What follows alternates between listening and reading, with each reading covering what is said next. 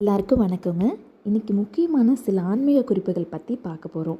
அதுவும் குறிப்பாக சமையல் அறையில் நம்ம என்ன செய்யலாம் செய்யக்கூடாதுன்னு பற்றி பார்க்கலாங்க. வீட்டில் சமையல் அறையில் மஞ்சளும் உப்பும் சேர்த்து வைக்காதீங்க. அப்படி வைக்கும்போது மனக்குழப்பங்கள் ஜாஸ்தியாகும்.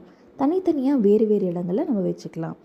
சமையல் அறையை எப்பொழுதுமே கோவில் மாதிரி சுத்தமாக க்ளீனாக வச்சுக்கணும். அப்போ தான் நம்ம வீட்டில் மகாலட்சுமி அதிகமாக வாசம் செய்வாங்க. நம்ம வீட்டில் சமையல் அறையில் எப்பொழுதும் யாருமே கண்ணீர் சிந்தாதீங்க. அப்படி நம்ம சமையல் அறையில் சிந்தும்போது நம்ம வீட்டில் பஞ்சம் ஏற்படும் அப்படின்னு சொல்கிறாங்க. கர்ப்பிணி பெண்களுடைய கணவர்கள் 2 பேரும் சிதற தேங்காயை உடைக்காதீங்க. அப்படி செய்யக்கூடாது. அது செய்கிறது ரொம்ப தவறான செயல்.